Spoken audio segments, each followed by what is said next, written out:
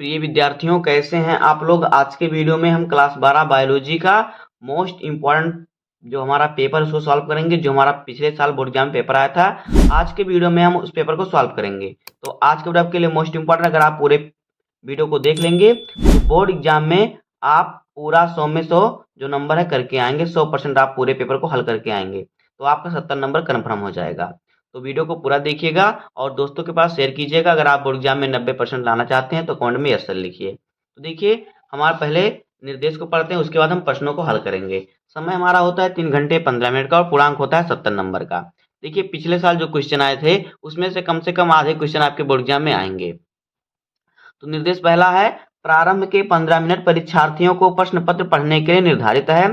सभी प्रश्न अनिवार्य हैं। आवश्यकता अनुसार अपने उत्तरों की पुष्टि नामांकित रेखाचित्र के द्वारा कीजिए। प्रत्येक प्रश्न के निर्धारित अंक उनके सम्मुख अंकित हैं।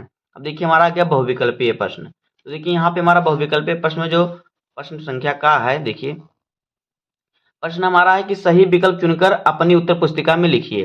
का वाला क्वेश्चन है कि स्पर्धी अपवर्जन का नियम किसने दिया। पहला ऑप्शन है एलेन, दूसरा ऑप्शन है चार्ल्स डार्विन, तीसरा ऑप्शन है गॉस, चौथा ऑप्शन है लास्ट चार्ल्स एस्टन। तो देखिए, स्पर्धी अपवर्जन का नियम किसने दिया था, गॉस ने दिया था। तो यहाँ पे जो है हमारा ऑप्शन नंबर तीसरा सही हो जाएगा। उसके बाद देखिए, खा वाला क्वेश्चन हमारा क्या है। खा वाला क्वेश्चन हमारा है कि डीएनए अंगुली छापी यानी कि फिंगर प्रिंटिंग में किस तकनीकी का प्रयोग किया जाता है। तो देखिए, डीएनए फिंगर प्रिंटिंग में किस तकनीकी का प्रयोग किया जाता है। पहला ऑप्शन है रिवर्स ट्रांसक्रिप्शन, दूसरा ऑप्शन है सदर्न ब्लड हाइब्रिडाइजेशन, फिर तीसरा है ट्रांसलेशन, चौथा है नादर्न ब्लड हाइब्रिडाइजेशन। तो देखिए, डीएनए फिंगर प्रिंटिंग में सदर्न ब्लड हाइब्रिडाइज क्या है हाइब्रिडाइजेशन का उपयोग होता है। तो यहाँ पे ऑप्शन नंबर हमारा दूसरा से हो जाएगा, सदर्न ब्लड हाइब्रिडाइजेशन। तो यहाँ पे इस प्रकार से आपको देखिए 4 बहुविकल्पीय प्रश्न आएंगे, आपको केवल 2 प्रश्न का आपको उत्तर लिखना होगा। तो देखिए, इसके बाद देखिए हमारा अगला प्रश्न क्या है। आगे देखिए हमारा क्या है, आगे हमारा देखिए क्वेश्चन क्या है। यहाँ पे देखिए अगला क्वेश्चन हमारा है क्वेश्चन नंबर गा। देखिए, क्वेश्चन हमारा क्या कह रहा है कि मलेरिया की सबसे घातक प्रजाति है। पहला ऑप्शन है प्लाज्मोडियम फैल्सीपेरम, दूसरा ऑप्शन है प्लाज्मोडियम वाइबैक्स, तीसरा ऑप्शन है प्लाज्मोडियम मलेरियाई और चौथा ऑप्शन है प्लाज्मोडियम ओबेल। तो देखिए, मलेरिया की सबसे घातक प्रजाति है प्लाज्मोडियम फैल्सीपेरम। तो यहाँ पे हमारा फैल्सीपेरम ऑप्शन नंबर यहाँ पे हमारा पहला सही हो जाएगा। उसके बाद देखिए, घा वाला क्वेश्चन हमारा है, विडाल टेस्ट किस बीमारी के निदान में उपयोग किया जाता है। पहला ऑप्शन है हैजा, दूसरा ऑप्शन है मलेरिया, तीसरा ऑप्शन न्यूमोनिया, चौथा ऑप्शन है टाइफाइड। तो देखिए, विडाल टेस्ट जो होता है टाइफाइड में इसका जो है जांच किया जाता है। तो यहाँ पे हमारा ऑप्शन नंबर जो है चौथा सही हो जाएगा। उसके बाद देखिए हमारा आ गया अति लघुत्तरीय प्रश्न। तो अति लघुत्तरीय प्रश्न हमारे हर प्रश्न 1-1 नंबर के होंगे। तो देखिए, इन प्रश्नों का उत्तर आपको कैसे लिखना है। बहुत ही सरल प्रश्न हमारे हैं बोर्ड एग्जाम में जो आए हैं, बहुत ही सरल क्वेश्चन है। देखिए, यहाँ पे हमारा क्वेश्चन जो है, देखिए यहाँ पहला क्वेश्चन हमारा क्या है। पहला क्वेश्चन है कि शुक्राणु जनन क्या है, यानी कि स्पर्मियोजेनेसिस क्या है। तो देखिए, शुक्राणु जनन क्या होता है आपको पढ़ के बता दे रहा हूं, आप चाहे तो लिख भी सकते हैं और वैसे भी याद कर सकते हैं। शुक्राणु जनन वह प्रक्रिया है जिसमें स्पर्मेटिड यानी कि अपरिपक्व शुक्राणु का रूपांतरण होकर परिपक्व शुक्राणु बनते हैं। यह प्रक्रिया वृषण में होती है। शुक्राणु जनन क्या होता है, इसमें देखिए क्या होता है, इसमें जो होता है अपरिपक्व शुक्राणु क्या होता है, परिपक्व शुक्राणु में बदलता है और यह प्रक्रिया वृषण में होती है। इतना आपको लिख देना है, आपका 1 नंबर यहाँ से कन्फर्म हो जाएगा। उसके बाद देखिए खा वाला क्वेश्चन है, समजात क्या है, उदाहरण दीजिए। तो देखिए, समजात क्या है। समजात वह अवस्था है जिसमें 2 जीवों के अंग संरचना और उत्पत्ति में समान होते हैं। देखिए, क्या होता है समजात। समजात वह अवस्था है जिसमें 2 जीवों के अंग संरचना और उत्पत्ति में समान होते हैं परंतु उनके कार्य अलग अलग होते हैं। ये होता है समजात। एक बार फिर समझ लीजिए, समजात वह अवस्था है जिसमें 2 जीवों के अंग संरचना और उत्पत्ति में समान होते हैं परंतु उनके कार्य अलग अलग होते हैं। जैसे कि देखिए, मनुष्य का हाथ और व्हेल का फ्लिपर। जैसे मनुष्य हाथ से काम करता है और फ्लिपर जो व्हेल है वो फ्लिपर से तैरती है। तो ये देखिए, इनकी संरचना एक समान है, उत्पत्ति भी एक समान, लेकिन कार्य जो है अलग अलग हैं।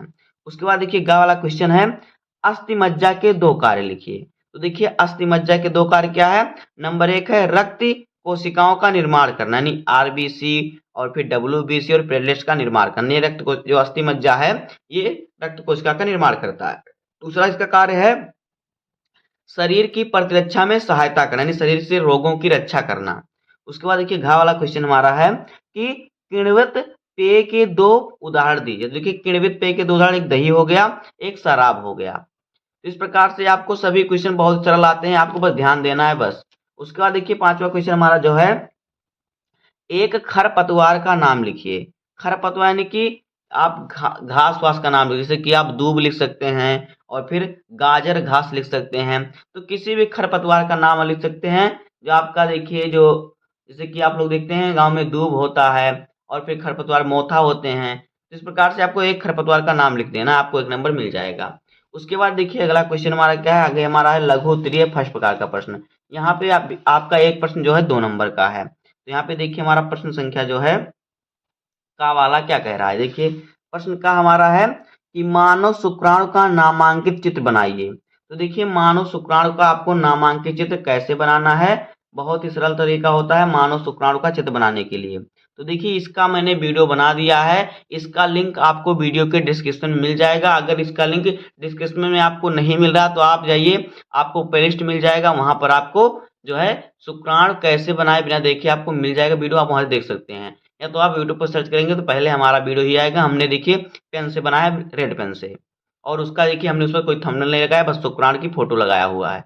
तो वहां से आप अच्छे तरीके से बनाने सीख जाएंगे और दर्शाना भी सीख जाएंगे। उसके बाद देखिए खा वाला क्वेश्चन है कि उन्नायक के 2 कार्य लिखिए। तो देखिए उन्नायक के 2 कार्य क्या है, देखिए नंबर 1 है आरएनए पॉलीमरेज को डीएनए पर जुड़ने का स्थान देता है। जो प्रमोटर होता है यानी उन्नायक होता है, ये आरएनए को डीएनए में जुड़ने के लिए स्थान देता है। दूसरा है जीन की अभिव्यक्ति की शुरुआत, यानी जो जीन का ट्रांसक्रिप्शन होता है उसका शुरुआत में उसका नियंत्रण करता है, उसको ये उस पर नियंत्रण रखता है। उसके बाद देखिए अगला क्वेश्चन है संक्रामक रोगों के नियंत्रण के लिए 2 विधियां लिखिए। तो देखिए संक्रामक रोगों के नियंत्रण के लिए 2 विधियां आपको क्या क्या लिखना है। नंबर 1 है टीकाकरण। टीकाकरण से संक्रामक रोग को रोका जा सकता है, और फिर स्वच्छता और साफ सफाई से क्या होता है, संक्रामक रोका जा सकता है। उसके बाद देखिए घा वाला क्वेश्चन हमारा है संक्रामक रोग कोशिका मध्यस्थ प्रतिरक्षा CMI क्या है। तो देखिए कोशिका मध्यस्थ प्रतिरक्षा क्या है। तो देखिए कोशिका मध्यस्थ प्रतिरक्षा वह प्रतिरक्षा है जिसमें टी लिम्फोसाइट यानी कि टी सेल, जो टी कोशिका होती है वो रोग जनकों को नष्ट करती है, इसमें एंटीबॉडी की सीधी भूमिका नहीं होती। इतना आपको इसका क्वेश्चन का आंसर लिखना है कि जो कोशिका मध्यस्थ प्रतिरक्षा वह प्रतिरक्षा है जिसमें टी लिम्फोसाइट रोग जनकों को नष्ट करते हैं, इसमें एंटीबॉडी की सीधी भूमिका नहीं होती, जो एंटीबॉडी होता है इसकी भूमिका इसमें नहीं होती। उसके बाद देखिए अगला क्वेश्चन है, यहाँ पे देखिए अगला क्वेश्चन हमारा है कि बायोपायरेसी क्या है। बहुत ही इंपॉर्टेंट क्वेश्चन है, हर साल बोर्ड एग्जाम में पूछता है, तो आपको बस याद हो जाएगा, आपको लिखने की जरूरत नहीं है, आप बस वीडियो देखिए ध्यान से, आपको याद हो जाएगा।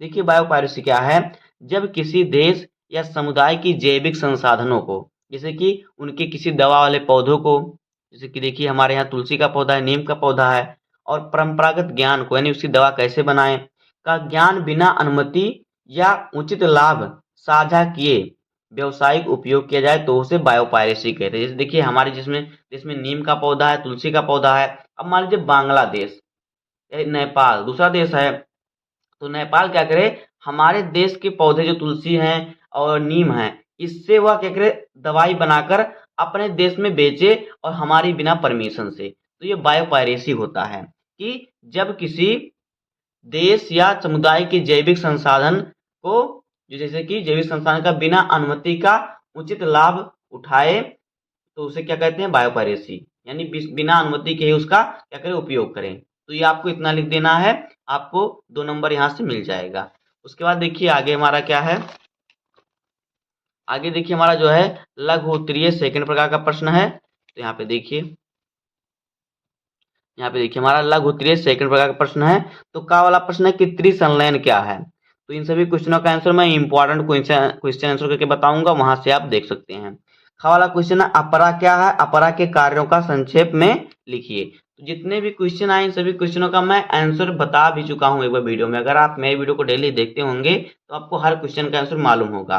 उसके बाद देखिए बहुजीनी वंशागति क्या है, एक उदाहरण दीजिए। घा वाला क्वेश्चन है परीक्षार्थ संकरण और आरेखीय प्रतिरूपण दीजिए, परीक्षार्थ संकरण क्यों कराया जाता है। तो यहाँ पे देखिए आपको 3-3 नंबर के क्वेश्चन दिए जाएंगे, 4 क्वेश्चन, जहां से आपको मिलेगा 12 नंबर। उसके बाद देखिए 5वां क्वेश्चन है, यहाँ पर भी आपको 4 क्वेश्चन दिए जाएंगे, ये भी क्वेश्चन आपके 3-3 नंबर के होंगे। तो का वाला क्वेश्चन है कि प्राकृतिक वर्ण पर एक संक्षिप्त टिप्पणी लिखिए। खा वाला क्वेश्चन है बी लसिकाणु और टी लसिकाणु में क्या कार्य हैं। फिर है एलर्जी पर एक संक्षिप्त टिप्पणी लिखिए। फिर है पोषी स्तर क्या है, एक पारितंत्र में विभिन्न प्रकार के पोषी स्तरों को समझाइए। तो यहाँ पर देखिए मैं 4 क्वेश्चन दिए, चारों क्वेश्चन हमारे 3-3 नंबर के हैं, तो यहाँ से भी आपका हो जाएगा 12 नंबर। उसके बाद देखिए हमारा 6वां क्वेश्चन क्या है। 6वें का वाला क्वेश्चन हमारा है कि देखिए क्या है पूर्ण सशक्तता क्या है, सूक्ष्म प्रवर्धन पर एक संक्षिप्त टिप्पणी लिखिए। खा वाला क्वेश्चन है प्रतिरक्षी अणु की संरचना और प्रतिरक्षियों के कार्यों का वर्णन कीजिए। और गा वाला क्वेश्चन है जीन चिकित्सा क्या है, एडेन क्या है देखिए एडेनोसिन और फिर डीएमिनेज की कमी का उदाहरण देते हुए इसे साझा कीजिए। और गा वाला क्वेश्चन है पौधों में कीट परागण की क्रिया सहोपकारिता का उत्कृष्ट उदाहरण दीजिए, इसे समझाइए। तो यहाँ पर भी हमें 4 क्वेश्चन दिए, चारों क्वेश्चन यहाँ पे भी आपके 3-3 नंबर के, तो यहाँ से भी आपका 12 नंबर कन्फर्म हो जाएगा। तो सभी क्वेश्चनों का आंसर आप तैयार कर लीजिएगा, बहुत ही इंपॉर्टेंट है। इन सभी क्वेश्चनों का आंसर मैं इंपॉर्टेंट क्वेश्चन आंसर करके बताऊंगा आपको। उसके बाद देखिए हमारा क्या है, इसका देखिए जो क्वेश्चन का आंसर है अभी जस्ट इसके 1 घंटे बाद उसका वीडियो आ जाएगा, तो टेंशन लेने की जरूरत नहीं है, ऐसा नहीं कि 1-2 दिन बाद आएगा। तो देखिए हमारा जो दीर्घ उत्तरीय प्रश्न है, यहाँ पे प्रश्न संख्या 7 है कि अंड जनन क्या है, आरेखीय निरूपण की सहायता से अंड जनन की प्रक्रिया समझाइए। अथवा विनिर्वर्तन संलक्षण यानी कि विड्राल क्या है, विड्रावल सिंड्रोम क्या है, किशोरों को ड्रग या अल्कोहल के सेवन के लिए क्यों प्रेरित करता है, इससे कैसे बचा जा सकता है। तो यहाँ पर देखिए आपको इन दोनों में से सिर्फ एक क्वेश्चन का आंसर लिखना है, जहां से आपको मिल जाएगा 5 नंबर। उसके बाद देखिए 8वां क्वेश्चन है अनुकूली विकरण क्या है, ऑस्ट्रेलियाई मार्सुपियल यानी कि शिशुधानी स्थानीय जो है स्तनी प्राणियों का उदाहरण देते हुए समझाइए कि अनुकूली विकरण किस प्रकार अभिसारी विकास में सहायक है। अथवा पुनर्योगज डीएनए तकनीकी क्या है, इस तकनीकी का उपयोग चिकित्सा विज्ञान और कृषि के क्षेत्र में किस प्रकार किया जाता है। तो यहाँ पर भी आपको दोनों में से सिर्फ एक क्वेश्चन का आंसर लिखना है, जहां से आपको मिल जाएगा कितना नंबर, 5 नंबर। उसके बाद देखिए आगे हमारे क्या है, तो हमारे देखिए बायोलॉजी में 6 क्वेश्चन आते हैं दीर्घ उत्तरीय, जहां से आपको 3 क्वेश्चन का आंसर लिखना होता है, जहां से आपको 15 नंबर मिलता है। तो आगे देखिए हमारा क्या है, ये हमारे क्या है विस्तृत उत्तरीय प्रश्न है। तो देखिए यहाँ पे हमारा जो प्रश्न संख्या 9 है कि एक तालाब पारितंत्र का विस्तृत विवरण दीजिए अथवा निम्नलिखित पर टिप्पणी लिखिए। पहला है संकटपन्न प्रजातियां और उनका संरक्षण, और दूसरा है जैव विविधता। तो दोनों में से आपको सिर्फ एक क्वेश्चन का आंसर लिखना होगा, जहां से आपको मिल जाएगा 5 नंबर। तो दोस्तों इस प्रकार से हमारे बायोलॉजी का पेपर होता है, इसी प्रकार से आपको सॉल्व करना होता है, आपको 70 में 70 नंबर मिलेंगे। तो दोस्तों देखिए अगर आप बोर्ड एग्जाम में 90 नंबर लाना चाहते हैं, 90% लाना चाहते हैं, देखिए तो आप कमेंट में यस सर लिखिए, और जो वीडियो है इसको दोस्तों के पास शेयर कीजिए। मैं समझ जाऊंगा कि आपको क्या है, आप बोर्ड एग्जाम में 90% की तैयारी कर रहे हैं। तो दोस्तों अगर आप वीडियो पे नए हैं तो वीडियो को लाइक कर दीजिए, चैनल पे सब्सक्राइब कर दीजिए। मिलते हैं किसी नेक्स्ट वीडियो में, तब तक के लिए धन्यवाद।